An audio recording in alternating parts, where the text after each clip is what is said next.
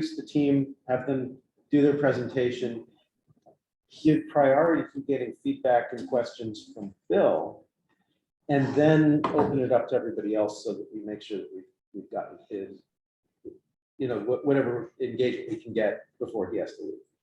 So I hope that feels good to everybody.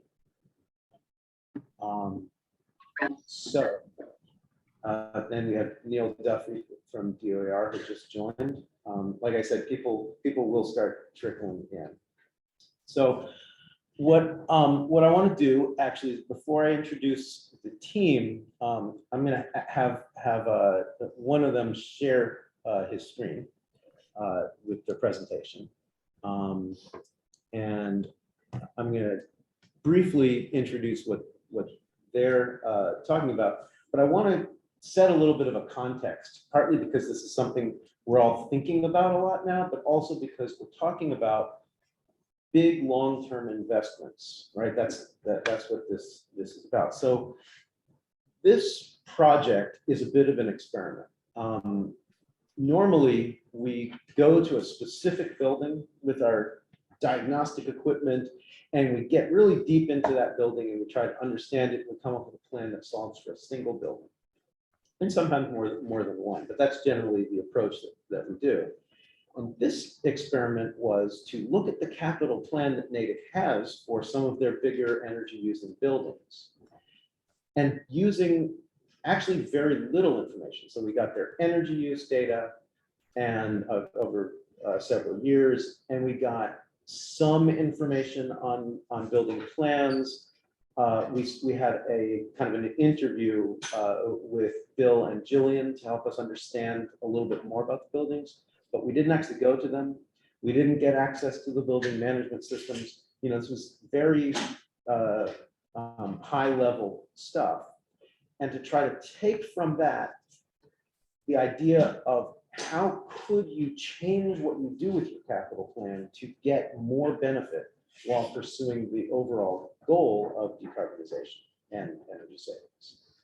So that's kind of what this team was tasked with doing. And the first time we've done it this way, and it was a little challenging. So in that context, it's worth thinking about energy prices, because we know that whatever is going on now is not necessarily what will be the case in the future.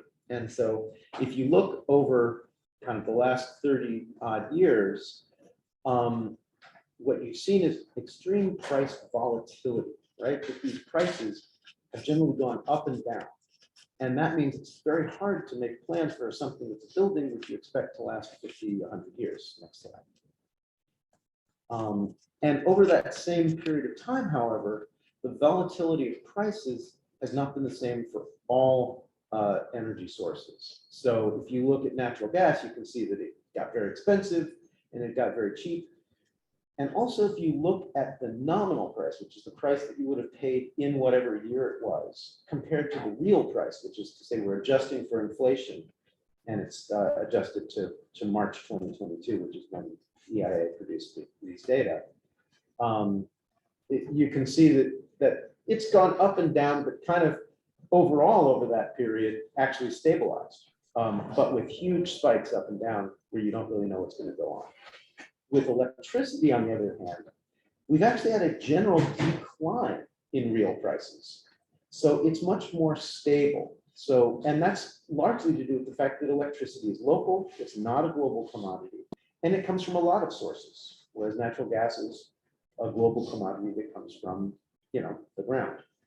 So that's a context I want you to hold in mind.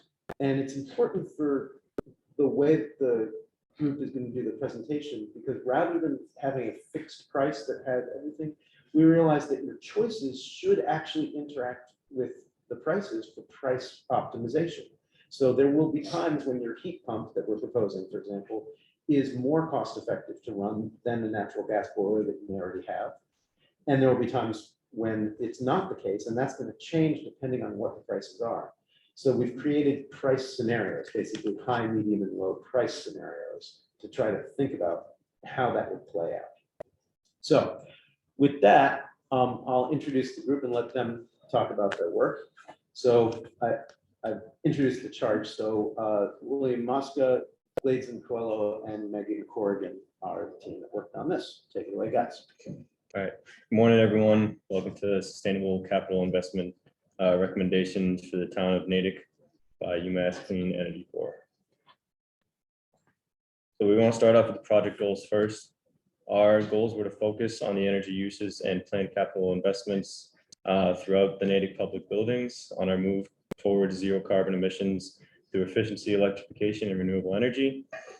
And our second main goal is to improve comfort by adding cooling in schools and always assuring high quality indoor air. The buildings we chose to focus on were, 4 of them would be the biggest expenditures of energy within the town, and Brown Elementary School. To start off with Natick High School, we know that it has a huge summer electricity use because we're turning the air conditioners on to try to dehumidify the school. We focused on Bennett Hemingway because it has a substantial increase in gas use since the boiler switched from oil to gas around 2014. We focused on Kennedy Middle School as it's a brand new school and it has extreme excess boiler capacity. Wilson Middle School is similar to the Brown situation, Brown Elementary School, similar solutions, so we're going to go over that. And Brown Elementary School is definitely nearing boiler replacement. Currently it has no cooling. It's directly next to Kennedy, which has excess boiler capacity. All right, so I'm Megan. I'll start us off with talking a little bit about Brown and Kennedy. So for one, Brown is an aging building and has a very inefficient heating system and overall building envelope. According to the capital plan, it is budgeted for a boiler replacement and due for a roof replacement as well. Also, a huge thing is it does not have cooling. Kennedy, on the other hand, is a new building with a very oversized heating system that we're going to go in on the next slide. So we took the data that we have, crunched the numbers, and made this graph to build an accurate model of the building and how it reacts to the weather. We found that Brown needs a 1,687 kBTU per hour boiler and has a balance point of 64 degrees Fahrenheit. The balance point is the outdoor temperature at which you need to start running your heating system. So what this tells us is that the building has a lot of heat loss in it because that's a relatively high balance point. Next slide, please. So Kennedy Middle School is a brand new school. And according to the building plans, the total boiler capacity needed is 2,760 kBTU per hour. Kennedy has 3 boilers with that exact capacity. So a little bit overkill. And next slide, please. What we're proposing is that Kennedy be linked to Brown for their boilers. Just one of Kennedy's extra boilers could meet the heating demand for all of Brown, and it makes sense to connect Brown and Kennedy to avoid buying yet another boiler. So let's talk about the cooling for Brown as well. Mass weather is always changing. Even from when I was a kid, I didn't have cooling in my schools, but you are definitely going to need cooling in yours. How can we do this? One, could we use Kennedy's cooling system? We thought about it, but bottom line up front is no, we can't. Kennedy sends out their water at 55 degrees, which is too high for Brown to use. Second way we could do it is individual units. Yeah, we could do that, but it's more expensive than other options. 3, providing chilled water through a 2-pipe system with the switchover. Yes, you just have to make sure that you increase the surface area of the coils in the heating system. You could do that by fan coils or just replacing the coils entirely. What we're recommending is to use a heat pump, also known as a reverse chiller.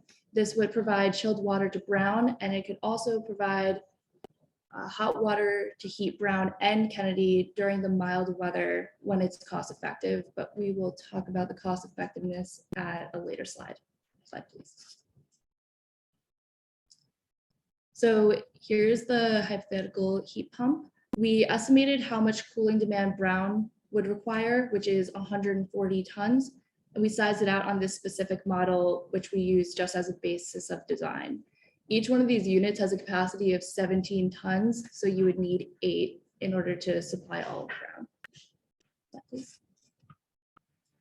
So this is a pretty complicated chart. I'm going to break it down right now, but the important thing to keep in mind is this chart is supposed to demonstrate the capacity of a heat pump to handle the loads of Brown and Kennedy throughout the heating season and whether or not it's cost effective. So on the y-axis to the left, we have frequency hours, and on the x-axis, we have outdoor temperature. So those gray bars, as what would be seen as a bar chart, is demonstrating how many hours that temperature is going to actually occur during the heating season. The red line that's going diagonally down the graph, that is the heat pump capacity. So our heat pump capacity. So it's going to how well it can handle those temperatures throughout the heating season. The two triangles represent the demands of Kennedy and Brown. So the one on top is Brown, and it has a higher energy demand due to the pore envelope. And Kennedy is a brand new school, so it has a lesser energy demand. Well, not exactly. Okay. They're stacked. They're stacked. Okay. Brown is still smaller. Brown is smaller, so it's stacked on top of each other. The lines going up vertically representing high energy price assumptions. So down to about 33 degrees is the third line with the triple dollar sign on top. That's representing where we would say is cost efficient to continually use the heat pump compared to natural gas or other fossil fuels, like the boiler system in Kennedy that we're proposing to connect to Brown. As soon as it makes contact, that diagonal line going across with Brown, that's when the heat pump can no longer support both Kennedy and Brown. The most cost-effective way, the safest way to do this would be to run just the heat pump throughout 50% of the heating season, which is about 63 degrees to 43 degrees. But you can go lower than that, but at a certain point, it becomes not cost-effective to simply just use the heat pump compared to what you could do with fossil fuels. So to connect the two, this is a diagram showing the bidirectional loop, how it would actually work. Simple diagram, we can get into it, but that's what it would look like.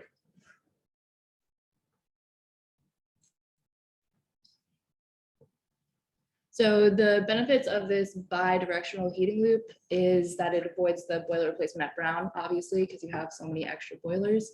It optimizes the efficiency of Kennedy by enabling them to operate above the minimum turn down through all conditions. As you saw in the chart before, it would really only, the boilers really would only be in use for a little bit of the season. You have N1 plus capacity for both schools, and this also enables cooling at Brown. The emissions reduction and cost saving on heat for both schools due to the heat pump is also huge for you guys. Yeah, right. So you guys are going to be needing to lower Brown's flow temp to match Kennedy's modulating condensing boiler. Why? That's mainly because Kennedy's condensing boiler will only be in condensing mode at or below 130 degrees Fahrenheit, meaning the lower the return water temperature is, the more efficient the condensing boiler will be. Exactly. And this graphs here is meant to demonstrate how heat pumps will be effective in the lower water temperature the flow situation is, as this enables the pump, heat pump to have more capacity and efficiency, which just basically meaning lower water temperature equals better heat pump performance. So if you were going to run the bidirectional loop to connect the two schools, this is some options that you could put within the classrooms to provide heating and cooling. And their fan coil units and unit ventilator search classrooms, cooling size coils. And then you would need drip pans for the condensate removal on the current unit ventilators. We're also recommending a variable frequency drive to control the flow of your system. it's to prevent any extra power, like in a constant system where you might have more energy and more cost due to the constant flow where you might not need it. And it should be mentioned that if you cut the flow in half of your system, you would reduce your power by about 88%. So it's just another idea. So in summary, here are all the recommendations. We recommend that you install a heat pump at Brown that provides heating and cooling for both, or heating for both and cooling for Brown.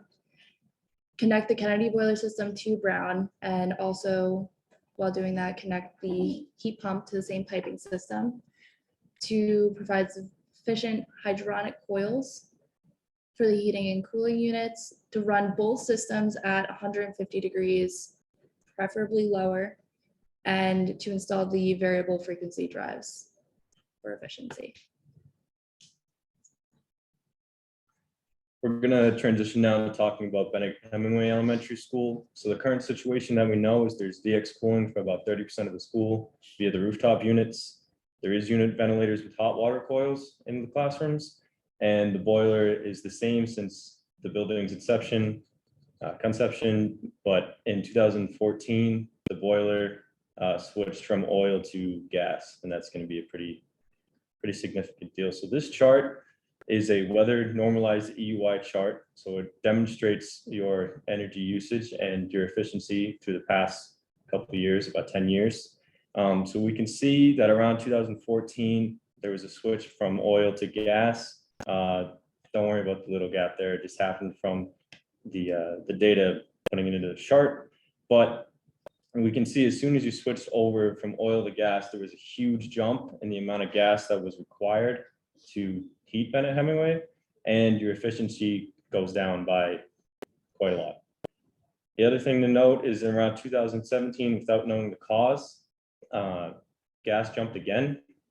We don't know the reasons for this, but it is clear that the boiler that's at Bennett Hemingway is extremely inefficient, and the switch from oil to gas caused a significant problem.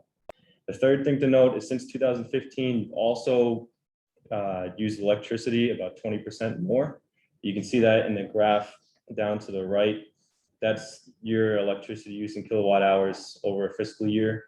It's in a fiscal year, so January is right around the peak of the heating season, but you can see every single year it's going up, and even in the summer, your electricity use is going up, which is possibly for your AC window units. But we know there's definitely an issue with the efficiency of the boiler at Bennett Hemingway.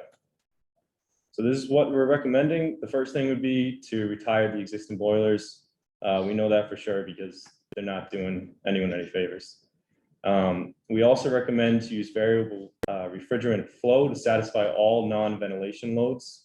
So heating and cooling, and the existing system, as in the unit ventilators, would temper the air. So not handling heating and cooling, but still serving a purpose as it remains.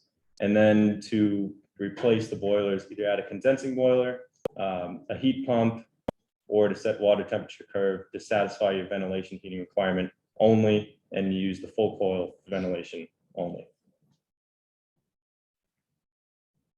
So why variable refrigerant flow? There's a lot of reasons here. One of the main reasons we know is because it's inverter driven. It's going to be a coefficient of performance of at least 3, potentially 7. So if there's anything to take, it will save you a lot of money over time and a lot of energy over time.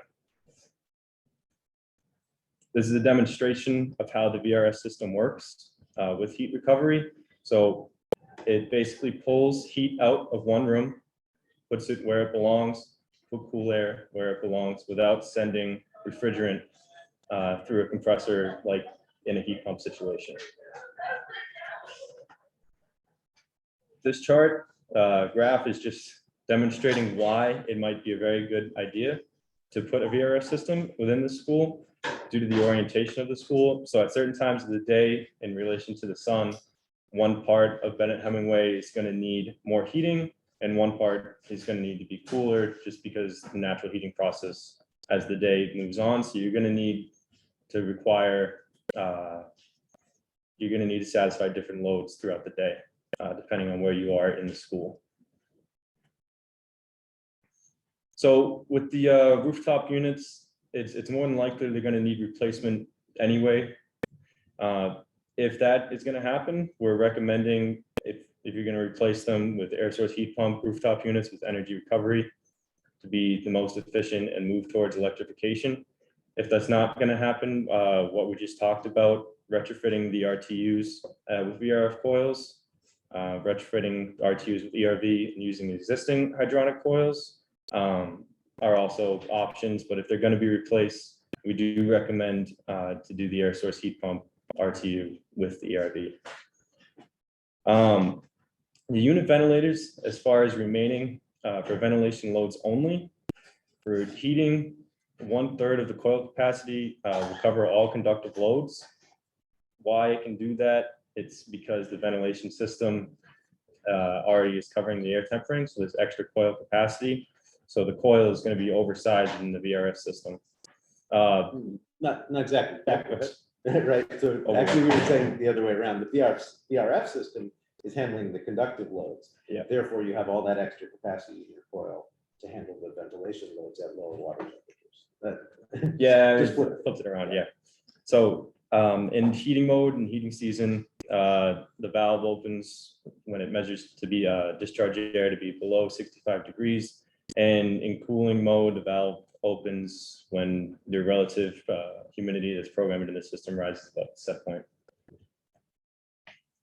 One of the downsides of using your current system to satisfy only ventilation loads is you might lose the heat within that system. So this is an example of how you could recover that heat. So you could put it to use rather than just letting it escape, and it might cost a little bit of money. So in summary, you should retire boilers or leave as backup. You should also maintain the existing ventilation system with the hydraulic air temp, satisfying the non-ventilation heating and cooling loads with the VRF system that Billy was just talking about, and replace or retrofit the RTUs for the enthalpy recovery, either VRF or the hydronic system. Replace boilers with the modulating condensing boiler and or the heat pump, and active heat recovery on the air exhaust.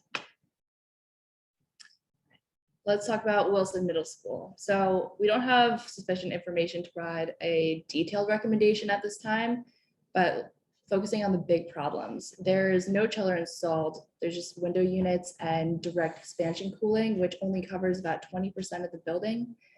There's no ventilation recovery, and the original boiler is still in use. On the bright side, it is budgeted for HVAC system controls and cooling system upgrades. Slide, please. So for the HVAC controls, what we're recommending is humidity sensors and CO2 sensors. This will control the dew point and set the scene for a potential chiller in the future. And also it will allow for appropriate ventilation.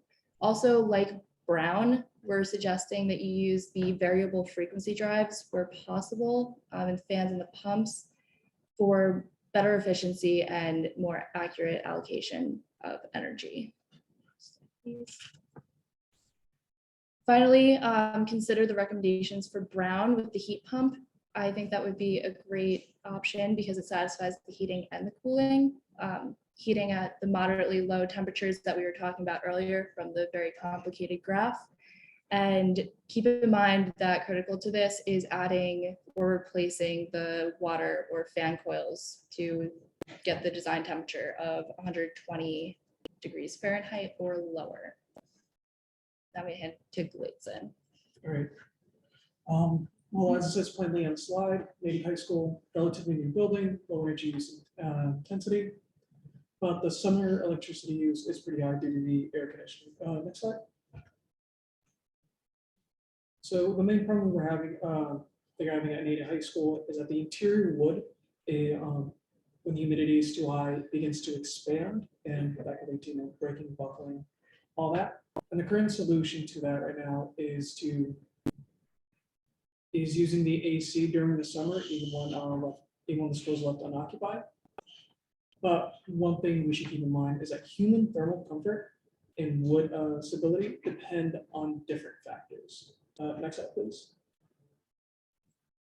So wood doesn't always change with temperature or absolute humidity, but the relative humidity. And relative humidity is just the ratio of the actual moisture in the air to the maximum amount of moisture the air will hold at any given temperature. Simply being, the warmer the air, the more moisture it will hold.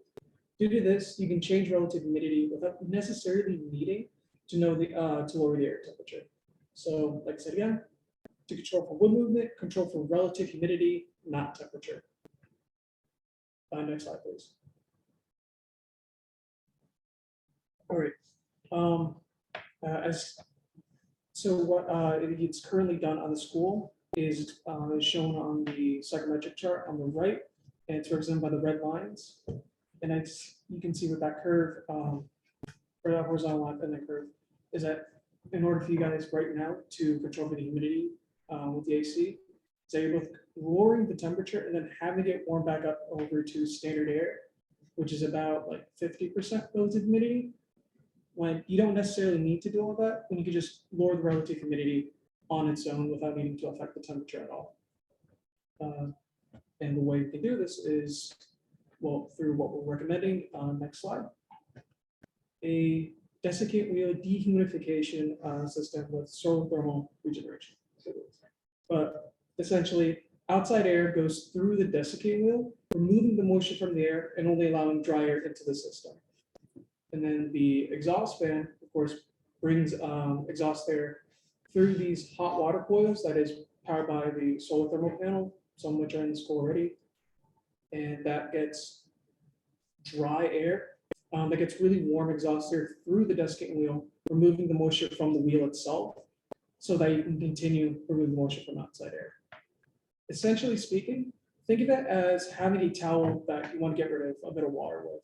And once it gets too wet, you can just put it in the dryer and then, well, use it to get rid of the moisture, continually use it to get rid of the moisture. And yeah, I believe the next slide is summary.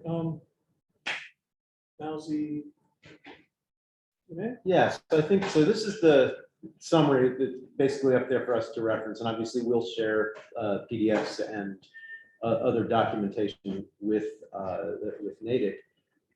As I said, I wanted to open it up for questions and comments first to Bill, because I know that his time is most limited. So any thoughts?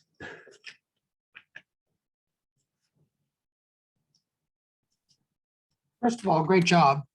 Some really unique things I think came out of that. I'll go in order of building.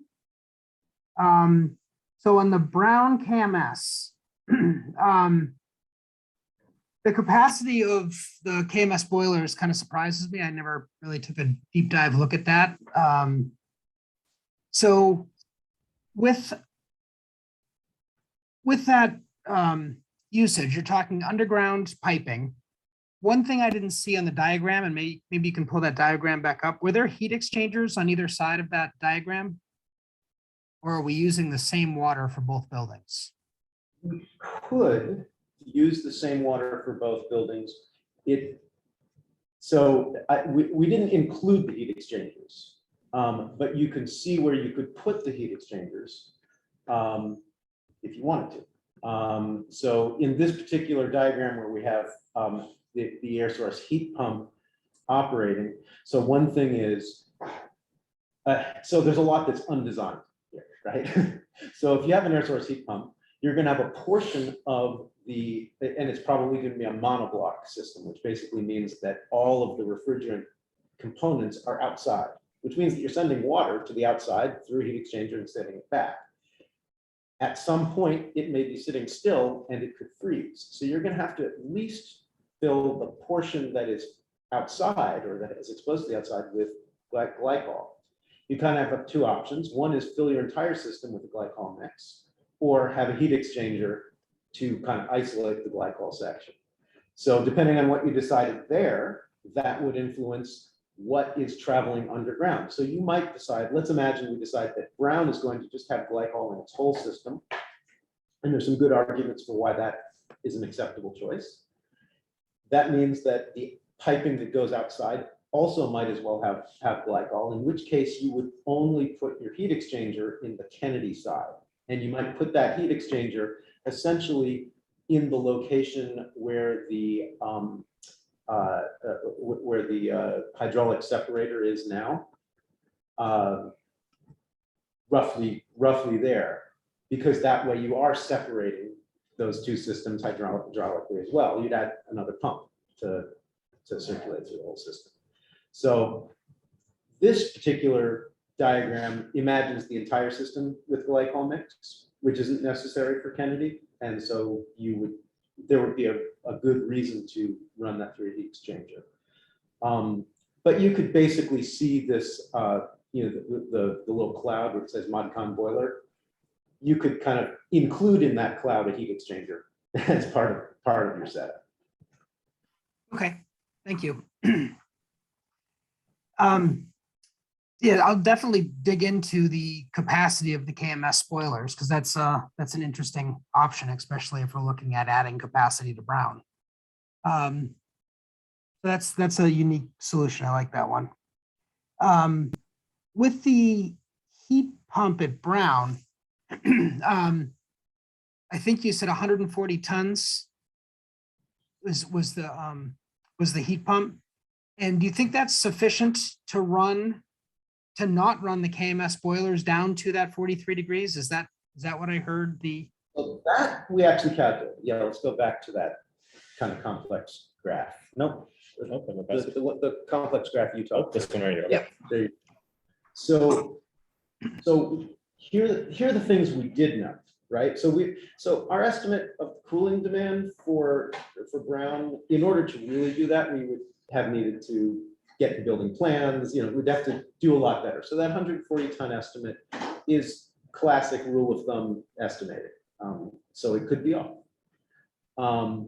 But assuming we're close, we're sizing it for cooling.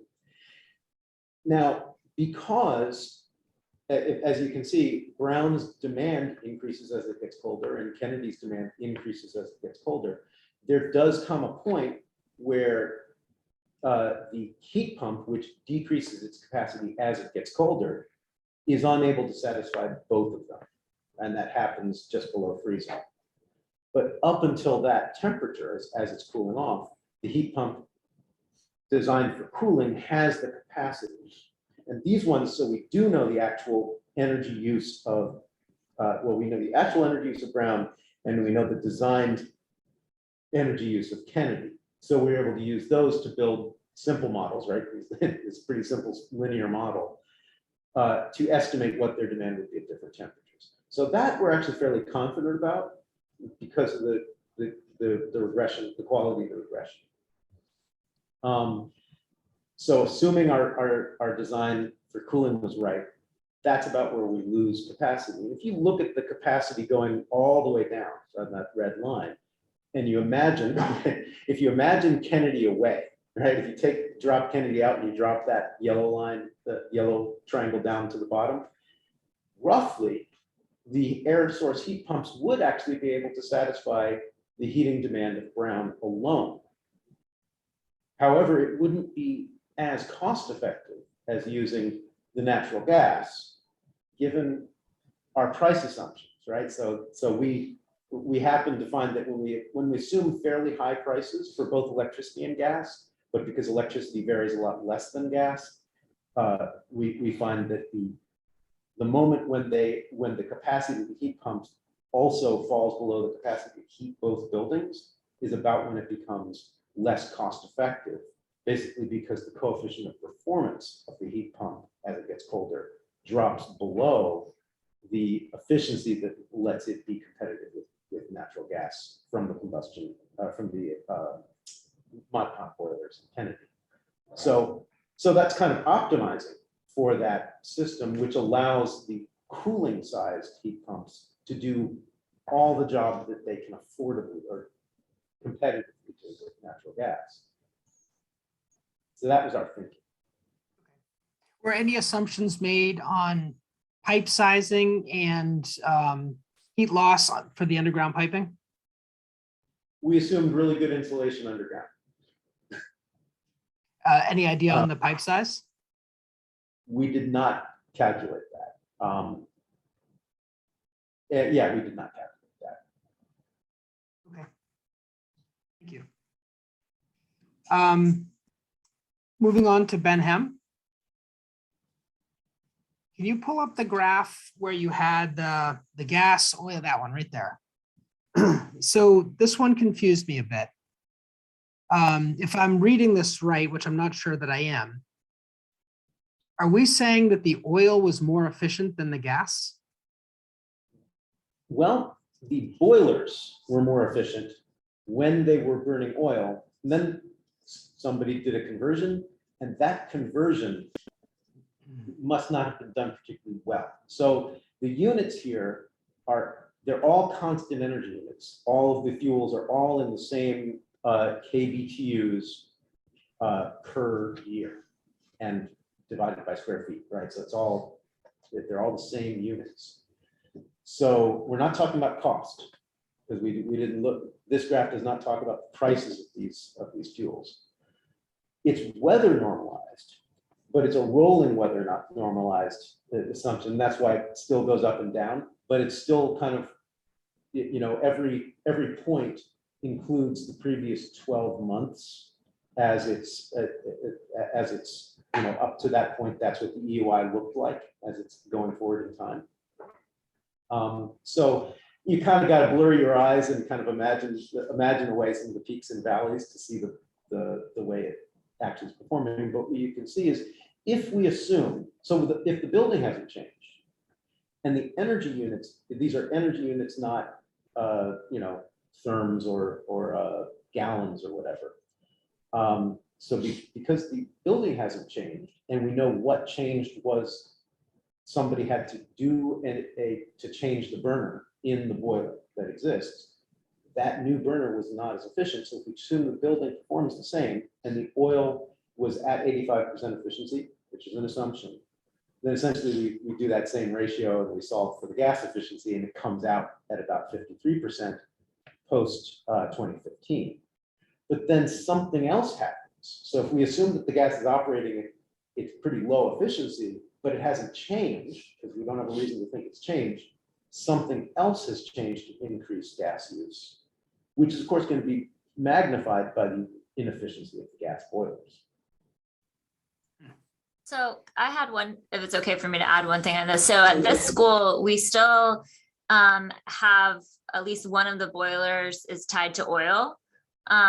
So I was just looking as you guys were talking, it seems that and I know we didn't connect as much during like the semester as we would have liked to, but I know that the building started to use gas, like when you said, but it was still using oil, just a much smaller amount since then. And like last year, for example, in 2021, we essentially relied almost totally on oil because there was a problem with the natural gas boiler.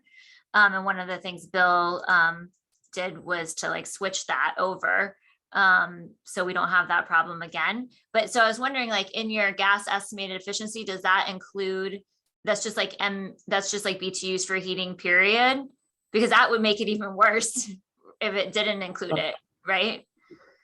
So this is where actually Lauren might be able to help us answer this one. This is simply taken directly from MEI.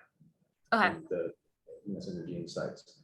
So there's a lot of mystery in the data that I don't know. It could be bad data. It could be misreported. It could be, there is a little spike of oil in 2018, or yeah, that's in the graph. That's just because that's what I don't know what that is. It had to do with what was reported and remained as data in MEI. Yeah, I mean, I think what's interesting to me is you're right. Like the BTUs and MEI have definitely gone up for this building dramatically. And this is a building where we have some really difficult problems with the controls. But I don't know, I really appreciated you sharing this with us. It was interesting. I would love to dig more into it. I feel like the message, and I'm talking for Billy here, but I feel like the message that he was, when we've talked about this, we kind of came up with this idea of like, why continue investing in these boilers when they're not satisfying everything you need? Like your hydronic system is probably functioning. And so this was kind of the question of like, do you keep investing in this thing that doesn't seem like its conversion works very well, or do you retire them and let the VRF do that portion and kind of let a different system operate? I mean, there's expense, but. So that leads to another question. I was kind of surprised at the VRF recommendation for this building. With all the unit ventilators in place, and maybe the sizing of the coil is the answer to this, but why not a heat pump? Get rid of the boilers and use a heat pump for both cooling and heating for that building. So the main driver of that discussion had to do with actually an assumption that could be wrong. Remember, we looked at that electrical use and we saw that there was increased kind of shoulder season use and increased electricity as a whole. We thought that this could have to do with kind of a history of window air conditioners getting installed as one classroom gets a sped student or something, and then you get additional air conditioners. And the building orientation, that part where Billy was talking about how the sun's moving across and the way the building's exposed. And because, again, an assumption that you have a two-pipe system, you would not be able to do heat recovery or simultaneous heating and cooling. And that's where the VRF system would be able to at least handle, it would be able to take advantage of that problem and turn it into a benefit. That was the primary driver. And if those assumptions are wrong, then VRF looks less appealing. Okay.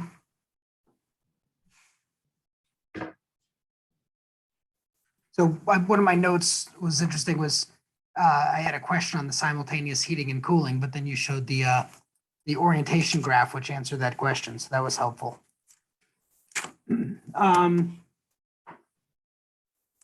So Wilson, let's see. I don't think I had any questions that jumped out on Wilson. I did at the high school. All right. So can you walk me through the desiccant wheels and relative to the equipment that's already there? Would this be addition of desiccant wheels, or are we using the existing air handling units on the building? So the short answer is we don't know, because we don't know enough about the air handling units that are on the building. Again, this experiment where we try to come up with recommendations with really, really minimal information. I guess our goal here is this something that piques your interest, and then we can go and explore what's actually possible. So if you have, many of these RTUs have a lot of space. They've got kind of empty slots where you could add a wheel of some sort, and they kind of have that empty door. These ones might not. So, we don't know. If there were space. And they are ERUs. Good. So they already have an energy recovery wheel in them. So this is a very simplified diagram. And in fact, we don't show the psychrometric process all the way. But the basic story is actually the ERU actually helps you. Because what you actually can do is use the exhaust air to preheat the incoming air to preheat the exhaust air even more before it hits the solar coil, which raises the temperature even more, to then renew the desiccant wheel. So if there were space in these RTUs to add a second wheel, you would add this desiccant wheel. It's got its motor, it's running. If very often, because there is a hot water coil or a chilled water coil in the supply air side, there's often an empty space in the exhaust air side where you could put a hot water coil that could then heat up that exhaust air, allowing it to regenerate the decibel wheel. And the concept here is that you've got this extra solar PV production that you're not using, so you're just selling it back to the grid. And if you could first use it to drive these motors, right? So the system only drives when the sun is shining. And you have a solar thermal collector that's only making hot water when the sun is shining. You essentially have this system that runs runs only when it's got free energy to do its system. And so there are components that are not in here. One is actually the enthalpy recovery wheel actually lets you preheat the exhaust air, and it helps you cool a little bit the dry air, which is good because you are if you think about evaporative cooling, right? When you add water, you lower the temperature. Well, if you extract water, you actually do increase the temperature. It's the reverse of evaporative cooling. So then you want to post-cool that. One of the ways that you can do that is actually by adding a humidification device, again, in the exhaust stream to re-cool that exhaust stream and allow it to then use the enthalpy wheel to pre-cool or to post-cool the exhaust air. So it really depends on kind of what RTU is there, how much space is in it, how much redirecting can be done.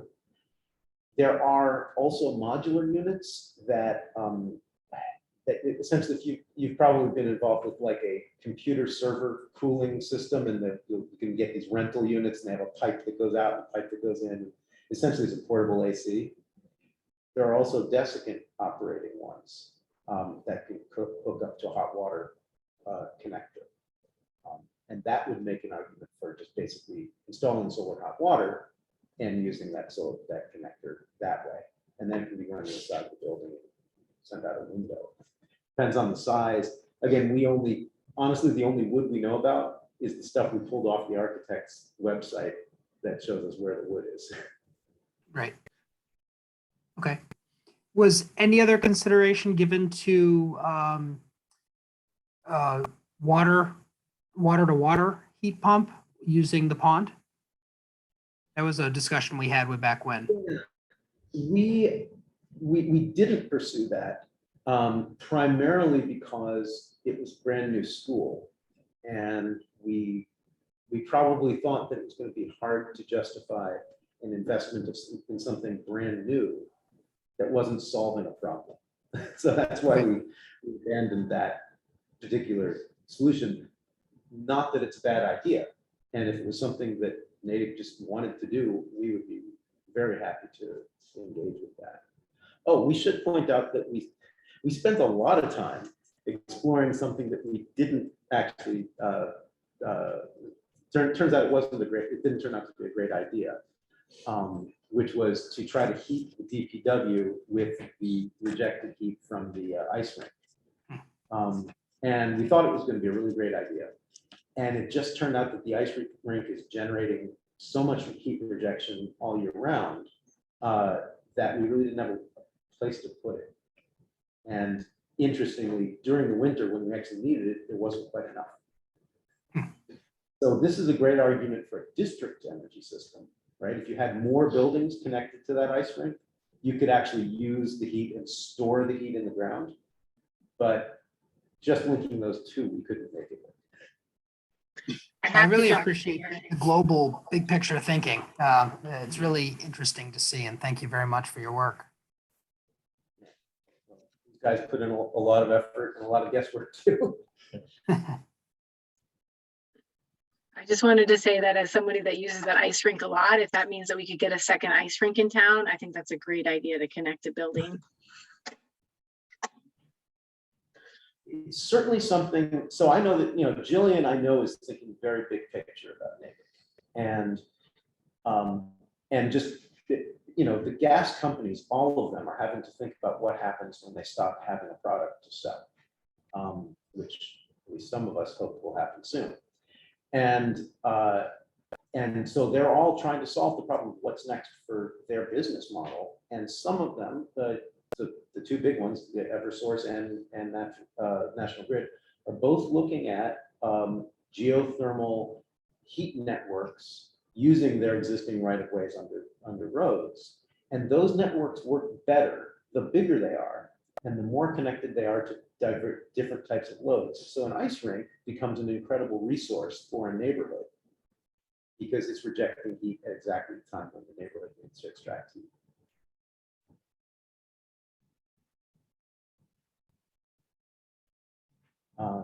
So yeah, Bill, thank you very much for those good questions. Obviously, any ideas you want to bat around, we'll come back on. But now I guess I'll open it up to anybody else. This is Jillian. I just wanted to echo Bill's thanks and appreciation for the kind of big picture ideas. I know that you weren't able to go into the details that you usually have. Like, for example, the work we did with you on the heat pump for the Morse Institute Library, but I personally found this really valuable in terms of giving us maybe like a sketched roadmap to be thinking about instead of like a plan, but really just like ideas that we can further vet and use our time and data to understand some of the concepts that you presented. And then if you're willing, maybe come back to you and start to do more of that like detailed analysis and work. I see this as really exciting. I find it fascinating that we have boilers that are so oversized in a new building, and makes me kind of mad about the way that building must have been reviewed or why that was considered okay. So, you know, as we think about another new building in town, we're in the process of applying for an MSBA project to build a new elementary school, maybe two in Natick. That'll be something that like I'll keep in mind and be asking about when we're working on that as well. So Bill is the technical guy on the Natick side who's on the call. So he asked all the great questions, and I'm just really intrigued and eager to kind of kick these ideas around a little bit more and pursue some of them. So thank you. I guess I respond to that boiler issue. I think this was just a mistake. Like the specification was we need N+1, which is to say we need backup. You know, if a boiler fails, we need another boiler to not fail, right? And somebody said, well, you know, we should have 3 boilers. And what they probably meant was 3 boilers where probably 2 of them add up to the total demand required, and the third one is sufficient in case one of them falls out, right? And that's what, when you look at the report that the Handelman and Lelick did, you can see that they let their essentially eQuest specify the number of boilers required.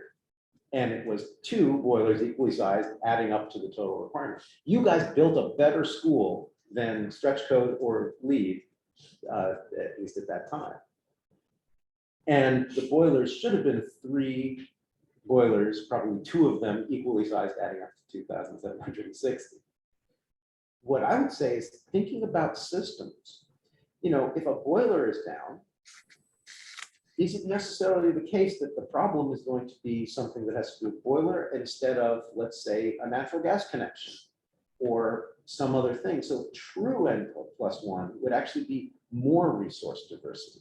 So you maybe size your boiler to exactly meet your load and only work at a time when, say, a heat pump was insufficient to meet your loads for, you know, because of the way you sized it for an economic point of view.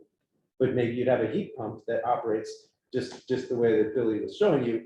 It's actually more cost effective during certain conditions, which are the majority of the conditions, right? And so thinking about N+1 is, let's just do 3 of the same thing.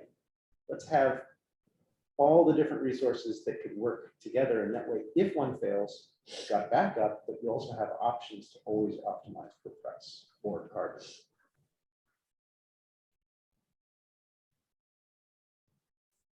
That makes sense. I have one Anyone? other question. I was just curious of the ideas that you presented to the students and to you, Ben. Was there one that you guys thought was especially great? And any things that you guys feel is the most clever, the one you had the most fun with? For me, it's Kennedy and Brown, just because it's a total waste to not use it. I don't see why you wouldn't use it. Even if it's just use the extra boiler capacity, go to Brown, even if you just forget the heat pump. It's so much extra that I don't see why you wouldn't. So if anything, for me, that would definitely be it. I have to say I agree, particularly for me, the idea that we provide cooling, which we know we're going to need. And in the process, we're able to add coil capacity that is, as long as we're stuck with a two-pipe system, we now have a system that can provide us not only cooling, but low temperature hot water, and low temperature allows you to use heat pumps. So if we increase that, so we made an assumption that the system would operate at 150 degrees at design, because that's what Kennedy does now. But you could, by adding those extra coils, actually have Brown operate at 120 degrees at design conditions, at the coldest it's basically going to get, or even lower, because you've added all that coil capacity just for cooling. So you didn't do it to get the heat pump to work to save on heating, but now you have it. And once you can do that, then you drive, the efficiency gets so great that you actually could run Brown cost effectively, even down to very, very low temperatures, outdoor temperatures. So that's the thing I like the most about it, is when we get cooling and we get an extra bonus out of it. Thanks. Any other comments or questions for us? And obviously, I just wanted to say thank you so much. I learned a lot in this presentation. I'm grateful that there are people like all of yourselves that do this type of work, and students that are interested, and a mentor and professor that will lead them.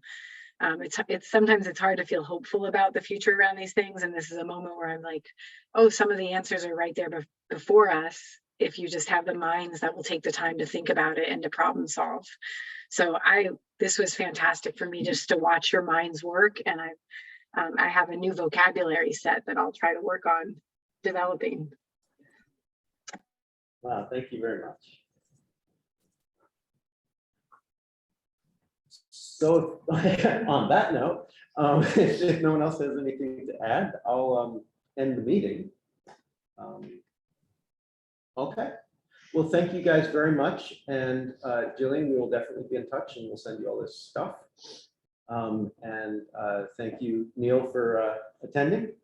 We call the end of the meeting. Thanks a lot, Catherine. Bye. Bye, thank you.